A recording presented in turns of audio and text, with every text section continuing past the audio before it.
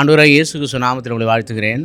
1 பேதுரு 4:3 தேவனை அறியாத நாட்களில் இதையெல்லாம் செய்தோம் என்று சொல்லுகிறார். தேவனுக்கு பிரியமில்லாத காரியம், விகாரம், துர் இச்சைகள், மதுபானம் பண்ணி களியாட்டு செய்து வெறி கொண்டு இப்படியாக நாம் சுற்றி திரிந்தோம் என்று நம்மளை குறித்து சொல்லப்பட்டிருக்கிறத நாம் பார்க்கிறோம். இந்த நாட்களில் ஆண்டவர் இயேசு கிறிஸ்துவை ஏற்றுக்கொள்ளும் பொழுது புற ஜாதிகளின் இஷ்டத்தின்படி ஏற்கனவே நீ செய்த நடத்தையின்படி நீ நடக்காதே, அருவருப்பான விக்கிரக ஆராதனை செய்து வந்தோம் என்று அங்கே தெளிவாக சொல்லப்பட்டிருக்கிறது. ஆம், விக்கிரக ஆராதனை நாம் செய்து வந்தோம். ஆண்டவர் இயேசு கிறிஸ்துவை அறிவதற்கு முன்பாக இப்படித்தான் வாழ்ந்தோம், இப்படி வேணாலும் வாழ, எப்படி வேணாலும் இருக்கலாம் நினைச்சிருந்தோம். ஆனால் ஆண்டவர் இயேசு கிறிஸ்து இப்படித்தான் இருக்க வேண்டும், இப்படித்தான் வாழ வேண்டும், இப்படி இருந்தாதான் நீங்க நித்திய ஜீவனுக்குள்ள பிரவேசிக்க முடியும், நான் கடைசி நாட்களில் உங்களை எழுப்ப முடியும் என்பதுதான் ஆண்டவருடைய சித்தம். அதனால தேவனுக்கு பிரியமில்லாத காரியத்தை தேவனத்தை கோபம் மூட்டிக்கொண்டு இப்படி வாழ்வதை விட தேவன் என்ன சொல்லுகிறார் என்பதை நாம் கவனமாய் கேட்டு அதன்படி வாழ நாம் கற்றுக்கொள்வோம். கர்த்தர் நிச்சயம் நம்மளை ஆசீர்வதிப்பார். அவர் நித்திய ஜீவனுக்குள்ள நம்மளை பிரவேசிக்க வைக்கணும் என்றால் இந்த காரியங்கள் எல்லாம் முன்னே தேவனை அறியாத காலத்தில் நாம் என்னென்ன செய்தோமோ அவைகள் எல்லாம் விட்டுவிட்டு